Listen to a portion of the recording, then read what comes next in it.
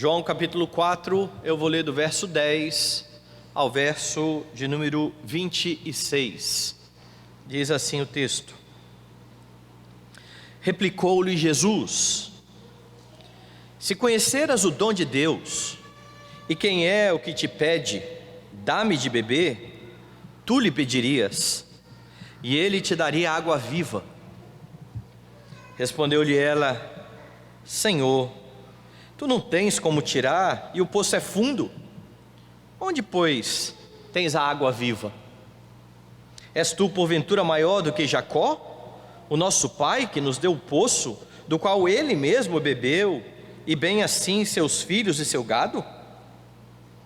Afirmou-lhe Jesus: Quem beber dessa água tornará a ter sede. Aquele, porém, que beber da água que eu lhe der, nunca mais terá sede. Pelo contrário, a água que eu lhe der será nele uma fonte a jorrar para a vida eterna. Disse-lhe a mulher: Senhor, dá-me dessa água, para que eu não mais tenha sede, nem precise vir aqui buscá-la. Disse-lhe Jesus: Vai, chama teu marido e vem cá. Ao que respondeu a mulher: Não tenho marido. Replicou-lhe Jesus: Bem disseste, não tenho marido, porque 5 maridos já tiveste, e este que agora tens não é teu marido. Isto disseste com verdade. Senhor, disse-lhe a mulher, vejo que tu és profeta. Nossos pais adoravam neste monte. Vós, entretanto, dizeis que em Jerusalém é o lugar onde se deve adorar. Disse-lhe Jesus: Mulher, podes crer-me que a hora vem, quando nem neste monte, nem em Jerusalém adorareis o Pai. Vós adorais o que não conheceis. Nós adoramos o que conhecemos, porque a salvação vem dos judeus. Mas vem a hora, e já chegou, em que os verdadeiros adoradores adorarão o Pai em espírito e em verdade, porque são estes que o Pai procura para seus adoradores. Deus é espírito, e importa que os seus adoradores o adorem em espírito e em verdade. Eu sei, respondeu a mulher, que há de vir o Messias, chamado Cristo. Quando ele vier, nos anunciará todas as coisas. Disse-lhe Jesus: Eu sou, eu que falo contigo. Vamos orar. Amado Senhor e Salvador, queremos mais uma vez louvar o teu nome, tributar ao Senhor, ó Deus Santo, honra, graça, glória e louvor. Queremos rogar ao Senhor que venha manifestar a tua glória por meio da pregação da tua palavra. Que o teu povo aqui reunido para prestar o culto que lhe é devido, seja, Deus Santo, alimentado com a palavra da vida. Que o Senhor se agrade, Pai, mais uma vez em falar ao nosso coração, para a honra, glória e louvor do teu nome, e a nossa oração em nome de Jesus. Amém. Como você ouviu na semana passada, sendo um cristão, você é chamado a proclamar a boa nova do Evangelho, a falar a respeito da salvação. E eu pontuei que muitos, entretanto, não sabem como proceder ao realizar essa tarefa, ao falar do Evangelho. E você viu então o início do encontro de Jesus com esta mulher samaritana. Jesus está aqui anunciando a boa nova do Evangelho. Jesus, como ninguém, fazia isso. Anunciava, proclamava a redenção que havia nele mesmo. E no início da conversa de Jesus com a mulher de Samaria, você notou algumas coisas. Primeiro, que você não deve insistir com aquelas pessoas que não querem mais ouvir. Jesus está deixando a Judeia, de onde estavam ali os fariseus, o centro da religião dos judeus, e está indo para Galileia dos gentios. Depois você viu também que não deve fazer acepção de pessoas. Jesus veio para os que eram seus, os seus não o receberam. Todos quantos o receberam, deu-lhes o poder de serem feitos filhos de Deus, a saber, os que creem no seu nome. porque Deus amou o mundo. Deus não amou apenas a Israel. E por mais que ainda irá chegar o momento em que Jesus vai ordenar diretamente aos discípulos que vão até os gentios, Jesus nos dá um vislumbre de que não há com ele acepção de pessoas, quando ele deixa a Judeia para ir para a Galiléia dos gentios e precisa passar numa cidade de samaritanos, um povo odiado pelos judeus. Você percebe também que não há acepção de pessoas, porque no capítulo 3, Jesus havia falado com Nicodemos, um homem judeu e alguém que estava em muito boa reputação entre os seus. Mas no capítulo 4, ele está falando com uma mulher de Samaria e uma mulher que não era bem vista na sociedade. O evangelho que é proclamado a Nicodemos é também proclamado a samaritana. No início da conversa você viu também que você precisa provocar a curiosidade dos ouvintes, e é isso que Jesus faz quando esta mulher se aproxima do poço, e ele então começa uma conversa trivial. Ele pede água a esta mulher, que acaba então estranhando aquela atitude. Como é que este homem, sendo judeu, está pedindo água para mim, uma mulher samaritana? E a partir então desta conversa, Jesus cria uma oportunidade para anunciar a boa nova da salvação. O texto que nós lemos hoje mostra então que a conversa continua. Jesus continua no seu diálogo com esta samaritana, e você continua a aprender sobre como evangelizar.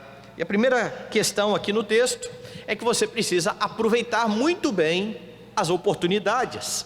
Do verso 10 ao verso de número 15, é isso que diz o texto. Veja aí.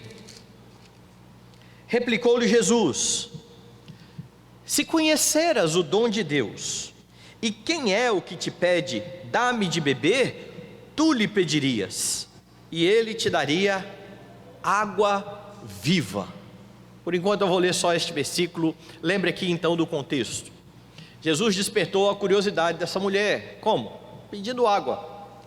Olha, me dê um pouco desta água. E quando essa mulher então, ela atenta para a conversa, fica curiosa, Jesus aproveita muito bem a oportunidade. Veja o que está aí no versículo 9.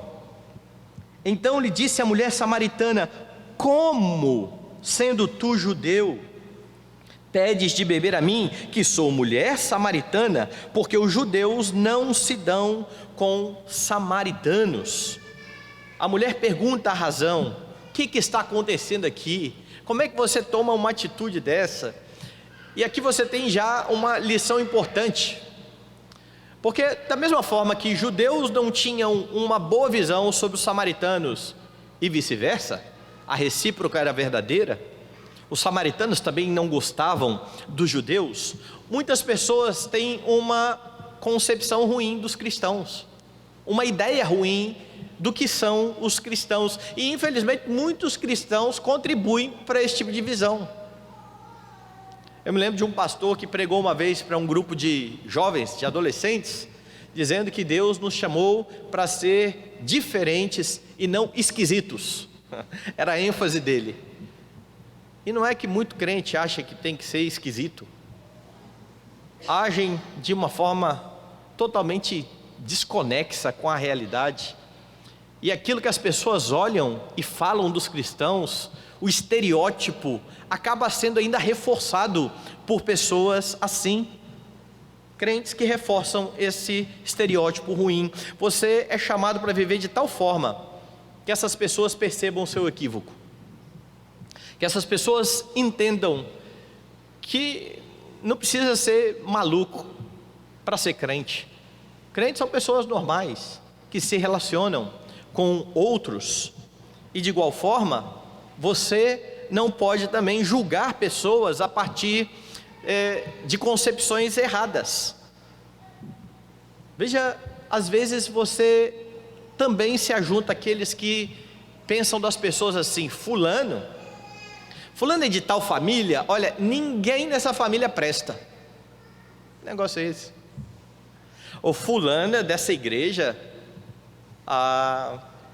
essa igreja não pode vir boa gente não. Veja que você tem uma mulher samaritana que está olhando para Jesus, um judeu, nessa perspectiva. Que negócio é esse que este homem está falando comigo? Então cuidado com os estereótipos.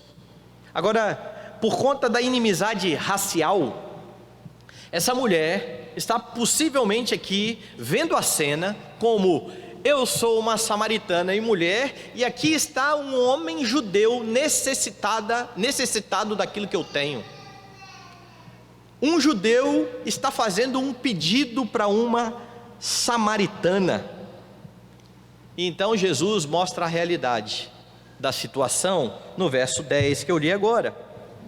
Quando essa mulher pergunta assim: como é que você, sendo judeu, me pede para beber água, eu que sou mulher samaritana? E então Jesus diz: olha, se você conhecesse o dom de Deus, se você tivesse ideia de quem é que está te pedindo, você é que pediria, e eu daria água viva. Os samaritanos, eles descendiam também dos judeus, mas eles eram misturados. Havia, como eu disse a semana passada, o problema da religião. Eles estabeleceram um local diferente para adoração. Eles estabeleceram, na verdade, um falso Deus para adorar. Nós vamos ver isso já já. E aqui você então lembra do texto de Jeremias: 2 males cometeu o meu povo, a mim me deixaram o manancial de águas vivas. E era isso que estava acontecendo com esta mulher e com os samaritanos. Eles haviam deixado o manancial de águas vivas, mas ali diante dela estava aquele que é o manancial de águas vivas. E é por isso então que quando esta mulher está vendo a situação como: está aqui um judeu que depende de mim, Jesus logo corrige a questão e diz: olha, a necessitada aqui é você. Se você entendesse bem a sua situação, e se você entendesse quem eu sou, você é que iria pedir. Não é Jesus quem está numa situação de necessidade, é a mulher samaritana, porque Jesus é aquele que tem para dar uma água viva, a melhor água que alguém pode ter acesso. Eu já citei aqui Jeremias capítulo 2, eu queria que você voltasse comigo em Jeremias capítulo 17, porque mais uma vez lá vai aparecer a expressão no verso de número 13. Ó Senhor, esperança de Israel, todos aqueles que te deixam serão envergonhados. O nome dos que se apartam de mim será escrito no chão, porque abandonaram o Senhor, a fonte das águas vivas. Lá no capítulo 2, Jeremias está mostrando um espanto. Veja só, no versículo 2: vai e clama aos ouvidos de Jerusalém, assim diz o Senhor: lembro-me de ti, da tua afeição quando eras jovem, e do teu amor quando noiva, e de como me seguias no deserto. E então Deus começa a falar do início da caminhada deste povo. Mas quando você vai mais à frente, você tem assim, a partir do versículo 9: portanto ainda pleitearei convosco, diz o Senhor, e até com os filhos de vossos filhos pleitearei. Passai as terras do mar de Chipre e vede, mandai mensageiros a Quedar e atentai bem e vede se jamais aconteceu coisa semelhante. Houve alguma nação que trocasse os seus deuses, posto que não eram deuses? Veja, no começo do capítulo 2, Deus está falando da caminhada. Israel começa a caminhar com o Senhor. Agora lá no versículo que eu li, a pergunta é: vocês já viram isso acontecer?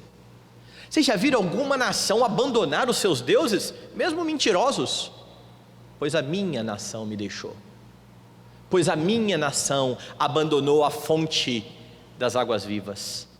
E agora então Jesus conversa com uma samaritana, um povo que estabeleceu a adoração no local distinto, diferente daquele que Deus havia ordenado, e está dizendo: se você soubesse muito bem quem eu sou, você pediria água para mim, eu daria a você água viva.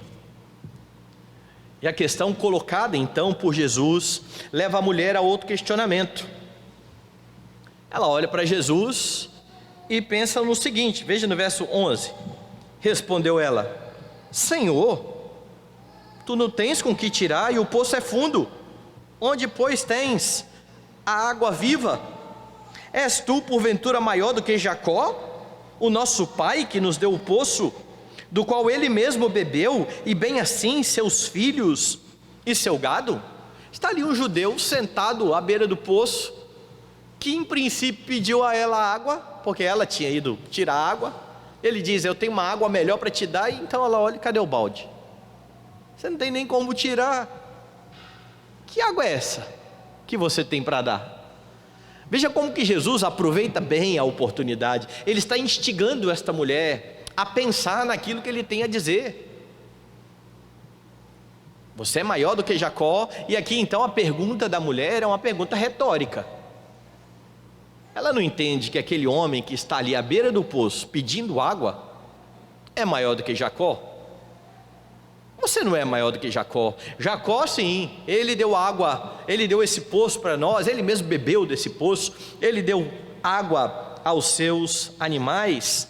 Com isso, veja o que ela está fazendo aqui. Ela está ligando os samaritanos diretamente a Jacó, certo? Jacó é o nosso pai, ignorando aqui completamente a mistura com os assírios, porque os samaritanos eram este povo misturado, mas ela está ignorando toda essa mistura, dizendo: o nosso pai é Jacó. Você é maior do que Jacó, por um acaso? E a resposta de Jesus no verso 13 não vai deixar então a menor dúvida. Está de fato ali quem é maior do que Jacó. Veja o verso 13. Afirmou-lhe Jesus: quem beber dessa água tornará a ter sede. Porque quando ela enaltece Jacó, dizendo: você não é maior do que Jacó, Jesus está dizendo: mas a água que Jacó deu para vocês, vocês constantemente têm que vir aqui buscar de novo. Ela mata a sede pontualmente, na hora, mas logo você precisa vir de novo. A água que eu tenho para dar, quem beber não vai ter mais sede. Veja no verso 14: aquele porém que beber da água que eu lhe der, nunca mais terá sede. Pelo contrário, a água que eu lhe der será nele uma fonte a jorrar para a vida eterna. E então Jesus faz um contraste aqui. Você está achando que é muita coisa essa água que Jacó deu? Pois a água que eu dou mata de uma vez por todas a sede. Você nunca mais vai precisar beber água. E é claro que Jesus está aqui falando em termos espirituais. Enquanto a água de Jacó mata a sede pontualmente, a sede física, a água de Jesus sacia para sempre. Enquanto a água de Jacó não satisfaz, continuamente você precisa voltar ao poço, a água de Jesus satisfaz de forma plena. A água que Jacó deu, você vai lá e pega no poço, bebe e ela acaba. A água que Jesus tem para dar, ela não acaba, ela é uma fonte a jorrar para a vida eterna. E apesar de Jesus estar falando então de uma realidade espiritual, essa mulher não entende. Veja o que ela responde no verso de número 15. Disse a mulher: Senhor, dá-me dessa água, para que eu não mais tenha sede e nem precise vir aqui para buscá-la. Essa mulher tem em mente ainda uma água que vai matar a sua sede física. Ela começa a achar que Jesus de fato tem uma água diferente para dar, uma água melhor do que aquele poço. Imagine só, eu não precisar todos os dias voltar nesse poço. Imagine eu nunca mais ter sede. Ela se interessa pela água oferecida por Cristo, achando simplesmente que ficaria livre do trabalho de pegar água todo dia. Isso é o máximo que essa mulher está entendendo da conversa com Jesus. Este homem talvez esteja falando a verdade, e talvez ele vai me livrar do meu trabalho. E com a conversa, Jesus leva a mulher a pedir aquilo que ele tinha dito lá em cima, porque veja só, volta lá no verso 10, replicou Jesus: se conheceras o dom de Deus e quem é que te pede, dá-me de beber, tu lhe pedirias, e ele daria água viva, porque a mulher, até então, ela está se vendo de forma altiva, eu tenho água e você é um judeu, está dependendo de mim. Quando Jesus conversa com ela, ela termina falando o quê?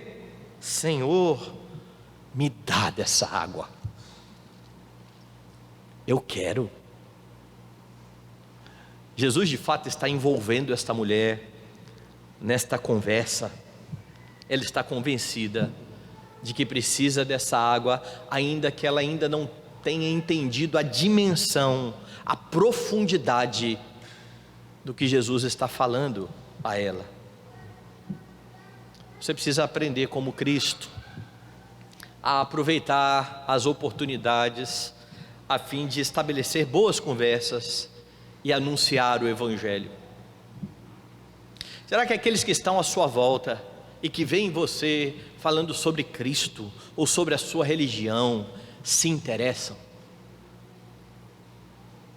Porque nem o olho do crente brilha quando ele fala da sua fé, quanto mais o olho do outro vai brilhar ouvindo a gente às vezes falando da nossa fé. Pois a forma como Jesus está falando leva essa mulher a desejar aquilo que ele diz que tem para dar. Você precisa aprender a aproveitar as oportunidades para aguçar a curiosidade das pessoas e levá-las a ter interesse naquilo que você tem para oferecer. Você faz isso vivendo o Evangelho e proclamando o Evangelho. Hoje pela manhã falávamos isso, certo? A forma de viver da igreja, perseverando na doutrina, no partir do pão, nas orações, fazia com que a comunidade em volta, as pessoas que não faziam parte da igreja, terem simpatia pela igreja. E enquanto isso, o Senhor ia acrescentando dia a dia os que iam sendo salvos. Nós aproveitamos as oportunidades, anunciando, despertando a curiosidade e vivendo. As pessoas têm que olhar para a igreja e falar: puxa, que coisa boa vocês têm naquela comunidade, que fraternidade, por que vocês são assim? O que leva vocês a agirem desta forma? Mas há quem pense, meus irmãos, que basta você sair citando versículo descontextualizado e as pessoas vão crer no Evangelho. E é claro, Deus em sua providência até por vezes usa isso aí. A pessoa lê um versículo e se converte, mas esse não é o padrão. O padrão é: a fé vem pela pregação, e a pregação pela palavra de Cristo. O que passa disso é extraordinário. O ordinário é isso, é o que Jesus está fazendo aqui.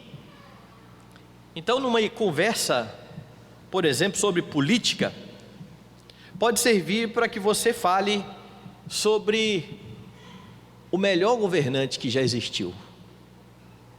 E aí, como é que vai ser, hein? Brasil esse ano, está chegando aí a eleição, hein? Como é que vai ser a nossa nação? O que nos espera? Bom, eu conheço o melhor governante. Quem é esse? Olha, um governante que nunca se corrompeu, um governante em que ninguém tem nada para falar contra ele, não pesa sobre ele nenhuma acusação, nem de longe. Mas existe gente assim, existe político assim. Eu falei: não, amigo, eu não estou falando de político, não. Eu estou falando do Rei de toda a terra.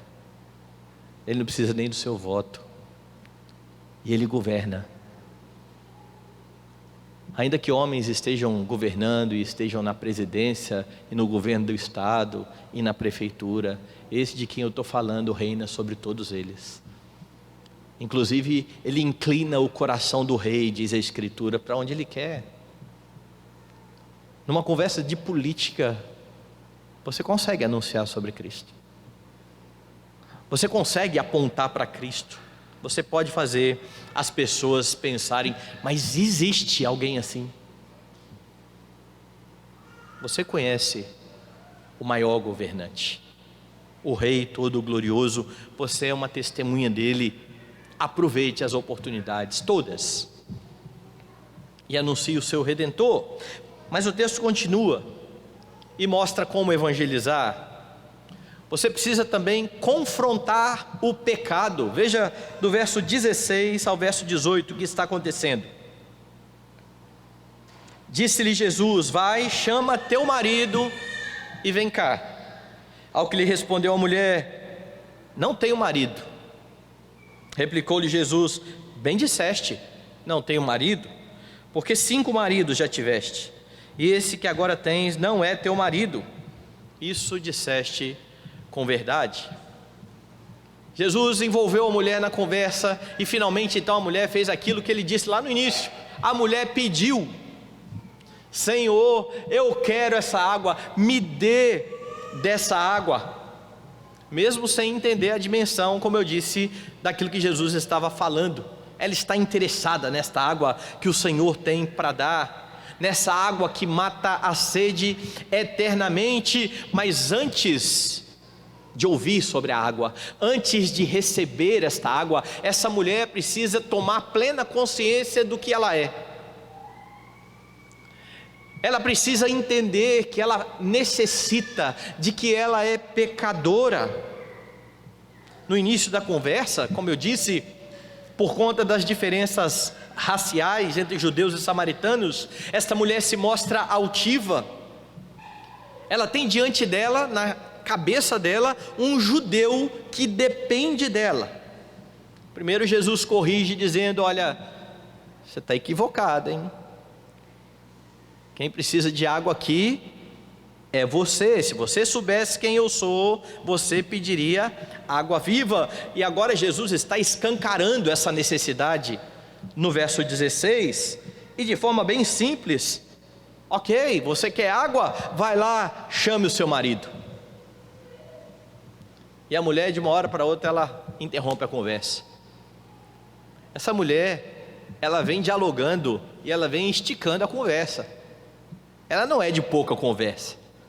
Mas quando Jesus toca na questão do marido, o que ela responde? Veja lá, ao que respondeu: não tenho marido. Acabou, vamos mudar de assunto aqui. Ela tenta se esquivar daquilo que Jesus então está falando. Jesus então começa com uma abordagem bastante sutil, porque quando Jesus menciona o marido, ele faz essa mulher pensar na vida imoral que ela tinha. Jesus quer que essa mulher olhe para a sua situação e perceba que ela não está numa situação tão boa como ela achava. Ela precisa compreender isso, mas ela se limita apenas a dizer: não tenho marido. Ela abruptamente interrompe a conversa. Jesus vai direto ao ponto, então, diz assim o texto: replicou-lhe Jesus: bem disseste, não tenho marido, porque 5 maridos já tiveste, e este que agora tens não é teu marido. Isso disseste com verdade. Jesus está dizendo: agora você entendeu, essa é a sua realidade, esse é o seu estado, esta é a sua condição, porque de uma vez só Jesus trata então o passado e o presente dessa mulher. Lembra que João está anunciando aqui no Evangelho Jesus como aquele que conhece a natureza humana. Ele é aquele que falou: você é Pedro. Ele é aquele que viu o seu discípulo antes mesmo do discípulo chegar perto dele, e agora então ele olha para essa mulher e diz: eu conheço o seu passado, eu conheço o seu presente, eu conheço a sua situação. Você já teve 5 maridos, este que você tem agora não é o seu marido. Não se sabe se os 5 maridos anteriores tinham sido todos eles na mesma condição deste último. Talvez ela pudesse ter um primeiro marido que morreu, um segundo marido que morreu. Nós não podemos afirmar categoricamente que todos os relacionamentos dessa mulher foram errados, mas a situação atual desta mulher era uma situação que ia contra a lei do Senhor. Quando você anuncia o Evangelho, você não pode evitar o tema do pecado. Tem muita gente que se limita a dizer: Jesus te ama e eu também, mas não é assim o padrão. Olha, Jesus tem um plano maravilhoso para a sua vida, mas as pessoas sequer têm entendimento de que elas precisam desse Senhor. Não se furte a tratar do pecado. O Evangelho, nós dizemos, é a boa nova da salvação, mas ela é uma boa notícia para quem tem consciência do seu estado de pecado e de miséria. Porque quem entende a sua situação, eu mereço ir para o inferno, e ouve a notícia de um Redentor que se deu no Calvário, cravando na cruz os pecados do seu povo, para que todo aquele que nele crê não pereça, mas tenha vida eterna, pode encarar isso como uma boa coisa. Mas alguém que não entende ser pecador, pouco me importa se Jesus morreu ou não por pecado, eu sou uma boa pessoa, eu tenho uma boa índole. E quem não se vê pecador, nunca irá procurar um Redentor. Talvez estará na situação dessa mulher, olhando para o judeu, se vendo de forma altiva, dizendo: você precisa de mim. Jesus leva essa mulher a compreender, e veja, este é um dos papéis da lei: revelar ao pecador que o quanto ele peca contra o Senhor, porque os homens não verão naturalmente isso, e é por isso que Jesus precisa explicar isso lá no Sermão do Monte, quando ele está diante do povo e começa a dizer: vocês ouviram o que foi dito, não matarás, eu porém vos digo, aquele que se ira à toa já quebrou o mandamento. Vocês ouviram: não adulterarás, mas eu digo mais, eu digo corretamente o que a lei está dizendo: todo aquele que olhar para uma mulher com olhar impuro já adulterou. E isso é importante, meus irmãos, porque o anúncio errado da lei leva as pessoas a acharem que elas são boas. Jesus não anunciou nunca de forma errada a lei, mas ele levou um jovem a achar que cumpria a lei. Você lembra disso? Para depois confrontar o jovem: bom mestre, o que farei de bom para herdar a vida eterna? Olha, cumpra os mandamentos. Mas quais? Ora, honra seu pai e sua mãe, não furtarás, não dirás falso testemunho. Mas tudo isso eu já faço, Senhor. Tudo isso eu faço. O que me falta ainda? Só falta uma coisinha. Vai lá, vende tudo que você tem, dê aos pobres e terás um tesouro no céu. E se engana quem acha que Jesus está simplesmente confrontando a questão da riqueza e do amor à riqueza por si só. Jesus está levando este moço que disse que cumpria a lei a entender que ele era um transgressor da lei, do 10º mandamento. Ele era um cobiçoso da riqueza, e é por isso que ele sai triste.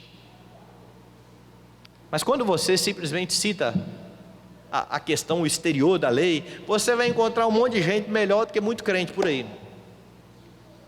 Olha, eu sou um bom pai, eu sou um bom filho, eu sou um bom marido, eu sou uma boa esposa. Do que eu preciso? Os homens não verão naturalmente o seu estado, a sua condição de pecado e de miséria. Eles precisam entender a seriedade com que Deus lida e trata o pecado, mostrando que a quebra da lei no coração já é suficiente para condená-los, além da sua condição natural como herdeiro de Adão. Ele já nasce inimigo de Deus, ele já nasce merecendo a condenação, ele já nasce sendo merecedor somente da ira de Deus. Ele não verá naturalmente isso. Ele irá tentar justificar a sua vida o tempo todo. Mas quando o homem entende que ele não tem desculpa diante de Deus, eles estão preparados então para ouvir sobre um Redentor. Não tenha medo de mostrar aos pecadores a sua condição. Eles precisam saber que eles estão perdidos. Eles precisam saber que eles estão rumando para o inferno. Isso é essencial para que eles entendam sobre o Salvador. Então, quando você evangeliza, você aproveita bem a oportunidade, você confronta o pecado, você mostra a condição de pecado e de miséria, para então anunciar a redenção em Cristo. É o que Jesus faz agora, do verso 19 até o verso de número 26. Porque algo que é interessante de se perceber aqui, é que quando Jesus expõe a situação, dizendo: olha, você disse uma verdade, esse homem que está com você não é seu marido, você já teve 5 maridos, ela não fala assim: Senhor, não é assim não, você não conhece a minha vida. Ela não desmente, ela não nega o seu estado, porque Jesus fala exatamente o que ocorria em sua vida. Jesus mostra toda a sua imoralidade, mas, mais uma vez, ela tenta mudar de forma abrupta de assunto. Primeiro ela faz isso com a resposta bem curta, uma mulher que vinha falando muito e conversando muito: olha, vai lá e chama o seu marido. Não, eu não tenho marido não.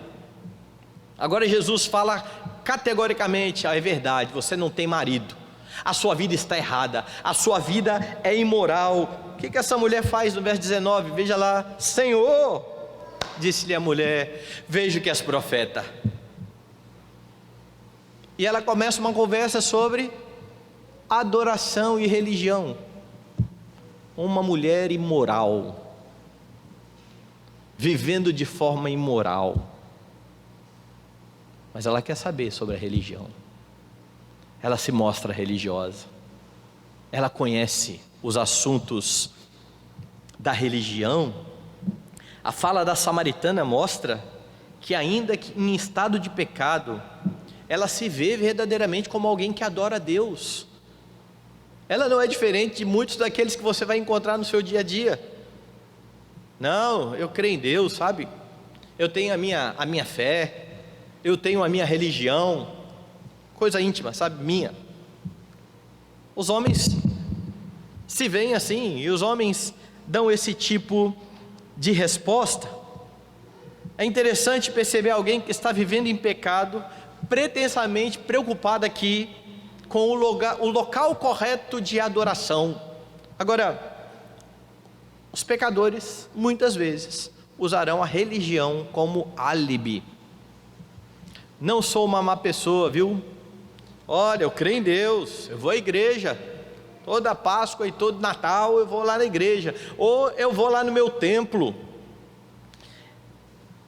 Eu sei da seriedade da adoração, eu sei que é preciso adorar a Deus. Agora, sabe o que é triste? Até crentes que já creram em Jesus, por vezes costumam usar a sua religiosidade para tentar abrandar os seus pecados e se convencerem que a sua situação não é tão ruim assim. Eles pecam contra o Senhor e tentam justificar, mostrando: tudo bem, mas mesmo pecando, eu ainda vou à igreja. Tem gente lá na igreja que nem isso faz, viu? Eu estou numa boa situação. Então, cuidado para não fazer da sua atividade religiosa uma cortina de fumaça para uma vida de impiedade. Porque tem muita gente que está nos templos, discutindo teologia na internet, vivendo de forma ímpia, amarrado em seus pecados, no meio da pornografia, não tratando bem a sua esposa, não tratando bem o seu marido, maltratando os seus filhos, mas discutindo doutrina, que é uma beleza. Exteriormente, pessoas boas, religiosas, não faltam um culto. Deus vê o coração. O culto é importante, ele é ordenado. Não negligencie aquilo que Deus ordenou. Mas ao vir adorar a Deus, não venha como o povo de Israel. Porque se você vir como o povo de Israel vinha, você vai ouvir o mesmo que o povo de Israel ouviu. Eu não pedi para ninguém vir aqui ao templo. Eu estou cansado de vocês. Quando vocês oram, eu não quero escutar. Porque a adoração dominical, ela precisa vir acompanhada de uma vida de piedade de segunda a sábado. Mas tem gente que acha que a vida de piedade, ela se limita ao domingo. De segunda a sexta-feira, no horário comercial, eu posso pecar e está tudo certo. Sábado eu começo a pensar em ajeitar minha vida, porque domingo é dia de culto. Cuidado,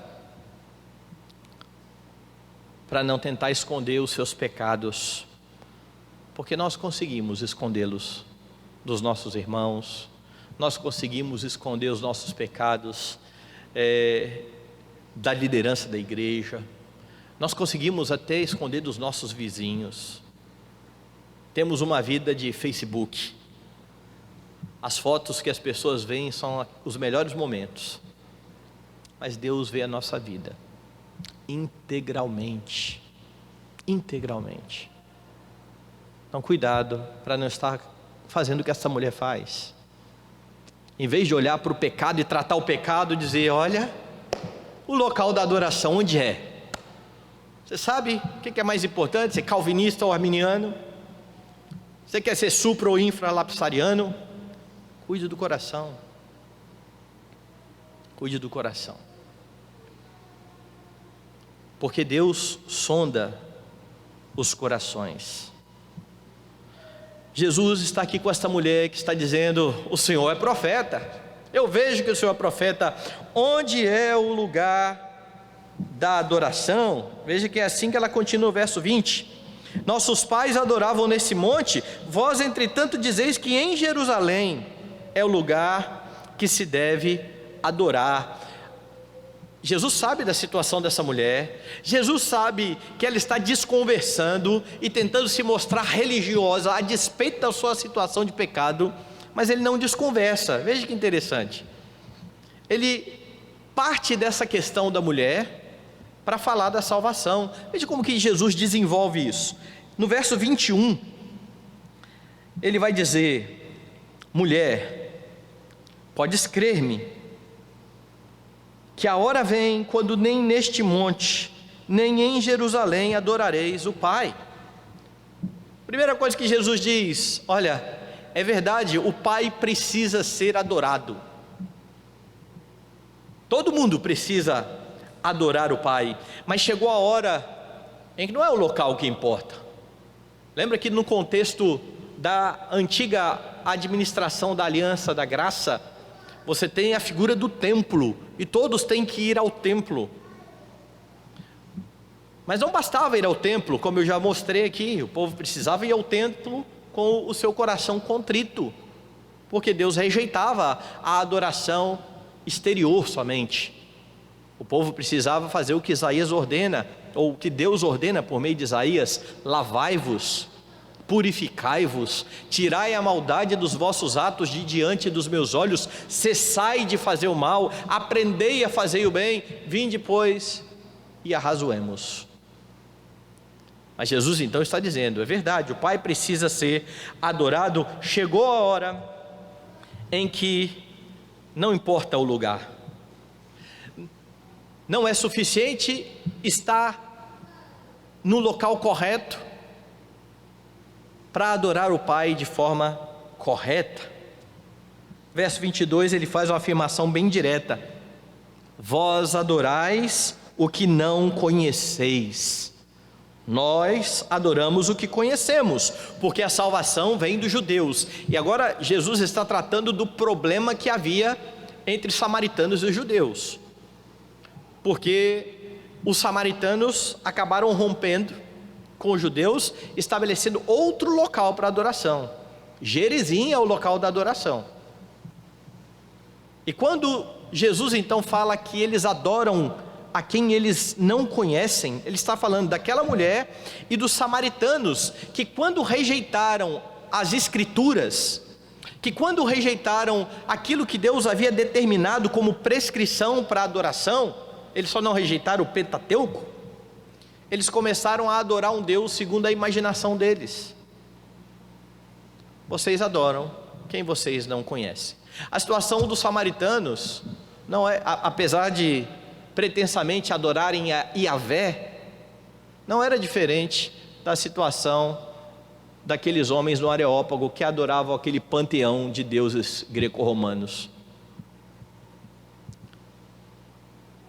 Eles adoravam um Deus que tinha um nome parecido com o nome do Deus verdadeiro, mas não era o Deus verdadeiro.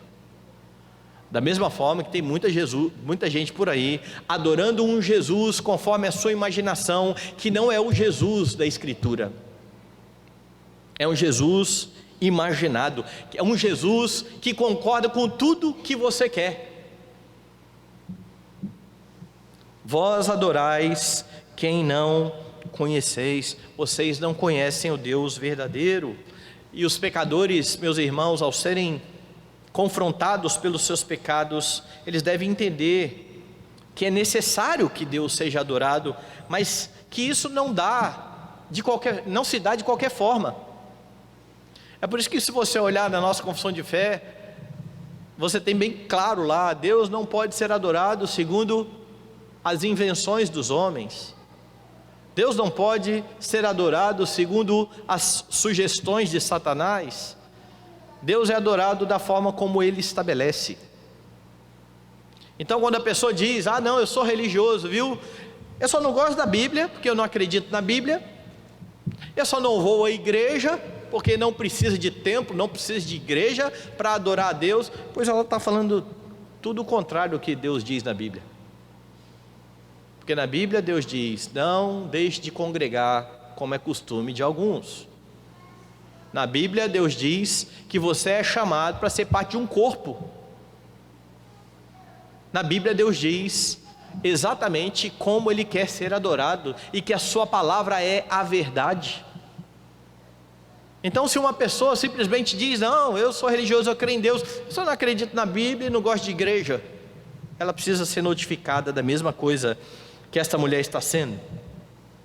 Deus é adorado corretamente, da forma como Ele prescreve, e nos versos 23 e 24, isso vai ficar claro. Veja lá: mas vem a hora, e já chegou, em que os verdadeiros adoradores adorarão o Pai em espírito e em verdade, porque são estes que o Pai procura para seus adoradores. Deus é espírito, e importa que os seus adoradores o adorem em espírito e em verdade. O que significa isso?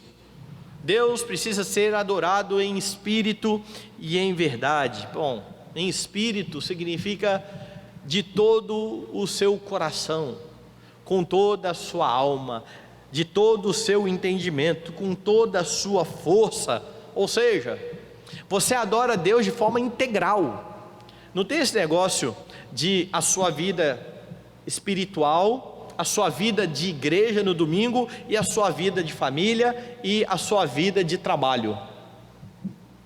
Lá em Efésios, essas coisas estão todas juntas. Para ser cheio do Espírito Santo, você tem que amar a sua mulher como Cristo amou a igreja. A mulher precisa ser submissa ao marido. Os filhos precisam ser obedientes aos pais. Os pais não devem provocar a ira dos filhos. Os servos devem trabalhar como se estivessem trabalhando para Deus. E os senhores não devem maltratar os seus servos. É uma vida integral. É uma vida integral. É de todo o coração, com todo o ser. sinceramente, mas não é só isso, é em espírito e em verdade, é de acordo com a verdade, e a verdade é a palavra de Deus.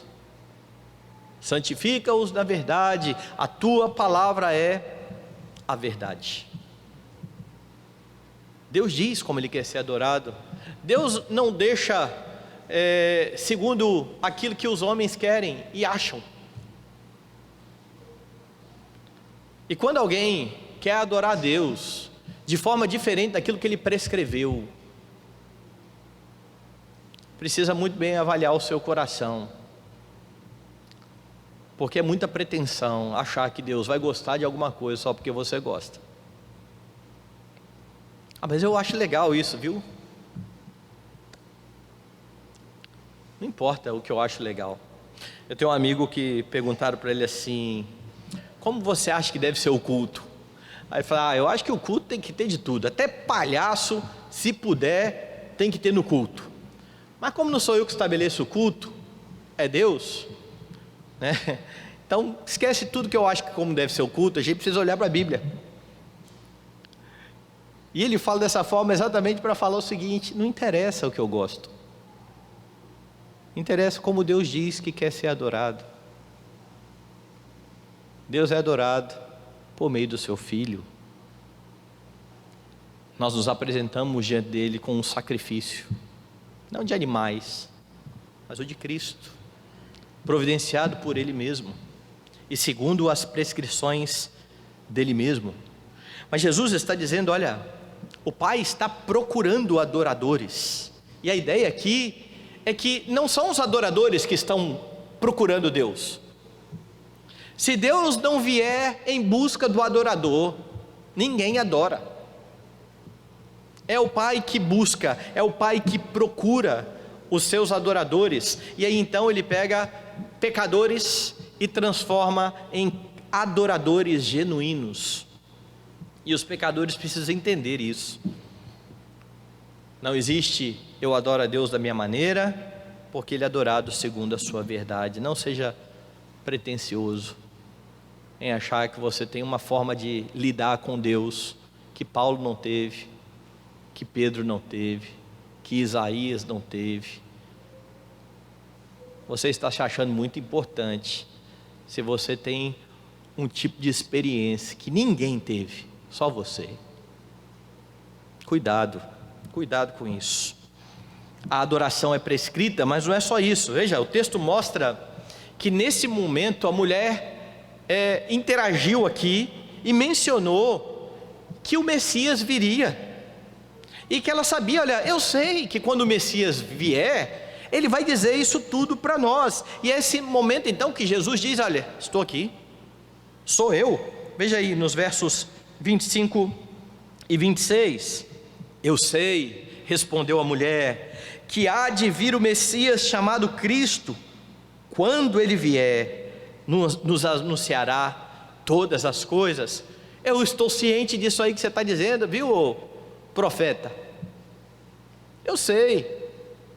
E eu sei que o Messias vai esclarecer tudo para a gente. E Jesus está dizendo: eu estou esclarecendo. É isso que eu estou fazendo aqui. O Messias sou eu. Nós não vamos até o final do texto hoje ainda, mas você sabe que essa mulher se converteu. Você sabe que ela abraçou o Messias. Agora, Jesus teve uma caminhada aqui até dizer: eu sou o Messias, sou eu que falo com você. E a ideia então aqui é que Jesus está mostrando a esta mulher que sem o Messias e a sua mediação, não importa ou não adianta que os homens adorem. Se nós nos ajuntássemos aqui para adorar a Deus, se cantássemos, se os nossos cânticos fossem os mais afinados do mundo, se a gente não errasse nenhuma notinha, se o culto fosse perfeito e Cristo não fosse o mediador, não adiantaria de nada.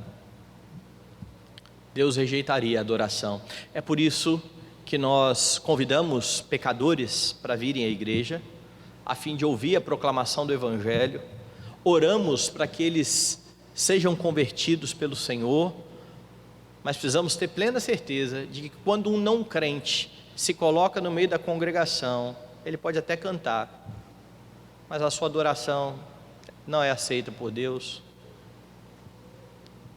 Porque quando Jesus se coloca no meio da congregação para cantar, ele não se envergonha dos seus irmãos. Quem não é irmão de Jesus, não é representado por Jesus na adoração, na mediação. É simplesmente uma cantoria. Porque sem o Messias, Deus não aceita adoração, ainda que o culto seja exatamente como prescrito. É Jesus o Messias que leva o homem à presença do Pai, é Ele que revela o Pai aos homens, para que estes possam adorá-lo sinceramente e conforme a verdade, em espírito e em verdade. A adoração ao Senhor, ela é ordenada a todos os homens, mas ela é sempre prescrita e mediada pelo Senhor Jesus Cristo. É por isso que os pecadores precisam se render a Ele. É por isso que os pecadores precisam olhar para a sua situação de pecado e entender que Cristo é aquele que paga pecados e que perdoa pecados. Então fale claramente aos pecadores acerca da necessidade que eles têm de Cristo Jesus. Às vezes nós ficamos nesse mundo politicamente correto muito cheio de dedos para falar da falsa religião.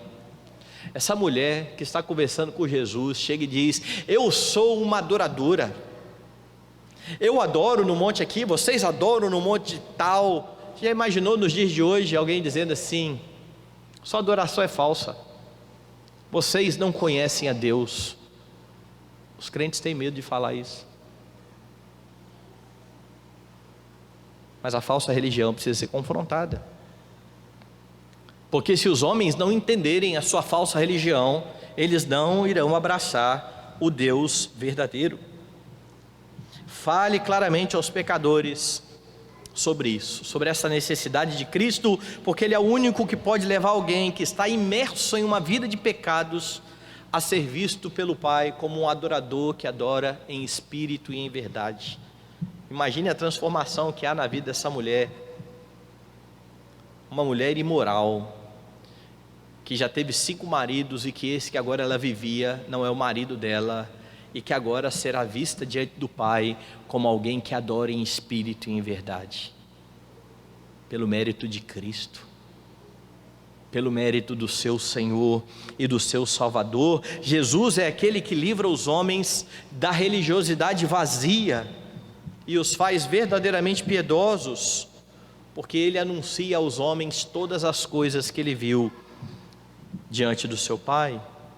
E se você está em Cristo, louve a Deus por poder adorá-lo, adorar o Senhor em espírito e em verdade. O texto mostra então, irmãos, continua ensinando sobre como evangelizar. Você precisa aproveitar as oportunidades, então fique atento. Todos os momentos que o Senhor concede a você precisam ser aproveitados. Fale aos homens a respeito de Cristo, rogue ao Senhor que dê a você sabedoria para anunciar o Redentor. Confronte o pecado dos homens, porque se eles não estiverem conscientes da sua situação, eles não vão olhar para Cristo. Jesus mesmo afirmou que os sãos não precisam de médico, ou aqueles que acham que são sãos. Parte do seu trabalho no anúncio do Evangelho é mostrar aos homens o verdadeiro estado das suas almas. Não deixe de fazer isso. Você foi chamado para isso. E anuncie a redenção em Cristo. Não há outra forma de pecadores poderem se colocar diante de Deus a fim de adorá-lo em espírito e em verdade. Jesus é a solução para aqueles que estão longe do Pai. A Escritura anuncia um Redentor e ao mesmo tempo anuncia o modo como Deus quer ser adorado. Nunca separe estas duas questões. Não deixe que aquilo que você sente, as suas experiências, te levem para longe daquilo que Deus revelou na palavra. Ame a Cristo de todo o coração, mas ame a Cristo conforme a verdade revelada na Escritura. Jesus transforma pecadores em adoradores. Essa é a razão de estarmos aqui nessa noite. Essa é a razão de podermos ser aceitos diante do Pai. E foi para isso que fomos chamados, para proclamar as virtudes daquele que nos chamou das trevas e nos trouxe para a sua maravilhosa luz. Que Deus use a sua vida a fim de anunciar a outros a redenção que há no Senhor Jesus Cristo.